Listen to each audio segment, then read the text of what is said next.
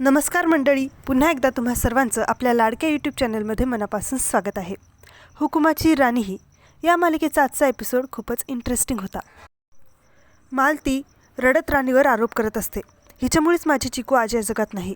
इंद्रा, हिचं तोंडसुद्धा बघायची इच्छा नाही आहे म्हणून मी बाहेर येत नव्हते, असं म्हणत पुन्हा ती तिच्या रूममध्ये निघून जाते. आबा बुवांची समजूत घालून त्यांची माफी मागतात. बुवा म्हणतात, अहो त्यांच्या पोटचा गोळा गेलाय म्हणून त्या दुःखात बोलले असतील, तुम्ही सगळे काळजी घ्या, असं म्हणत बुवासुद्धा तिथून निघून जातात आणि इंद्रासुद्धा त्याच्या रूममध्ये परत जातो. राणी रूममध्ये रडत बसलेली असते. मालतीच्या बोलण्याने ती खूप दुखावलेली असते. इंद्रा तिची समजूत काढत असतो. तेव्हा बोलता बोलता राणी इंद्राला सांगते की अश्विनी मल्हारला भेटायला जाणार होती, म्हणूनच मी सुद्धा तिला डबा आणायला जा म्हणले. खूप मोठी चूक झाली, गुन्हा झाला माझ्याकडून. पण इंद्रा तिची खूप प्रेमाने समजूत काढतो. इकडे आबा एकांतात चिकूसाठी मनमोकळं करून खूप रडत असतात. जेव्हा तुला तुझ्या आबांशी बोलायचं होतं तेव्हा त्यांच्याकडे वेळ नसायचा आणि आज वेळ आहे तर तू नाही आहेस, असं म्हणत ते खूप बोलत असतात, खूप रडत असतात. तेवढ्यात त्यांना राणीच्या तिथे येण्याची चाहूल लागते, म्हणून डोळे पुसत ते राणीकडे जाऊन तिला मालतीच्या वागण्याचं वाईट नको वाटून घेऊ असं म्हणतात.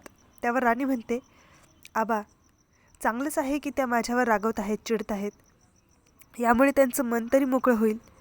ते ऐकून आबा राणीच्या डोक्यावर हात ठेवून म्हणतात, किती समजूतदार आहेस तू पोरी, शिव्यांनासुद्धा ओव्या समजून घेतेस. पण राणीला चिकूच्या ॲक्सिडेंटबद्दल बोलायचं असतं, म्हणून ती तिच्या मनातल्या सगळ्या शंका आबांना सांगते. आबा ते ऐकून म्हणतात, राणी तू या सगळ्यांचा नक्की शोध घे आणि याच्या मुळाशी जा, मी तुझ्या पाठीशी आहे.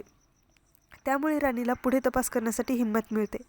आता आबा मालतीला सुनावत असतात, जे काही तुम्ही बोलल्या वागल्या ते मला अजिबात आवडलेले नाही.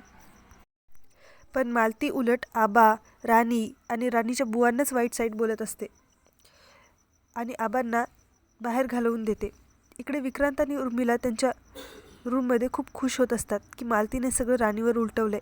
पण पुन्हा त्या भाजीचा विषय निघाला तर आपल्याला ठोस उत्तर शोधायला लागेल आणि मालतीसोबत घरातल्या बाकीच्यांनासुद्धा आपल्या बाजूने वळवायला आपण प्रयत्न केला पाहिजे असं ते ठरवतात.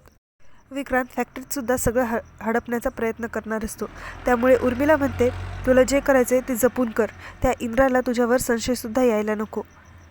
इकडे राणी विचार करत असते की इंद्राने फॅक्टरीत जाणंसुद्धा बंद केलंय, ते खूप खचून गेलेत, त्यामुळे त्याच्याशी आपण थोडंसं बोलायला हवं. म्हणून ती इंद्राला समजावत सांगते की तुम्हाला मालती मॅडम, आबा आणि घरातल्या बाकी सगळ्यांसाठी या सगळ्यामधून, या दुःखातून बाहेर पडावंच लागेल.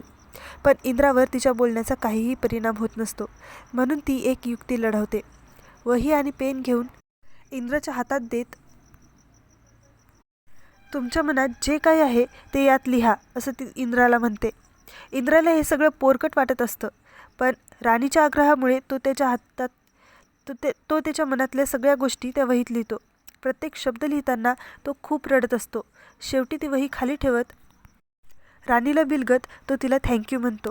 राणीसुद्धा रडत असते आणि मी कायम तुमच्यासोबत असेन असं ती मनात म्हणते. पुढील भागात आपल्याला असं दिसतं की चिकूच्या 10व्याच्या कार्यक्रमात मालती राणीला वाईट बोलून तिचा अपमान करून तमाशा करत असते. मंडळी, मालतीचं असं वागणं इंद्रा आणि आबा सहन करतील का, ते पाहणं खूप इंटरेस्टिंग असणार आहे. म्हणून पुन्हा भेटू उद्याच्या भागाबरोबर. तोपर्यंत आनंदी राहा, काळजी घ्या.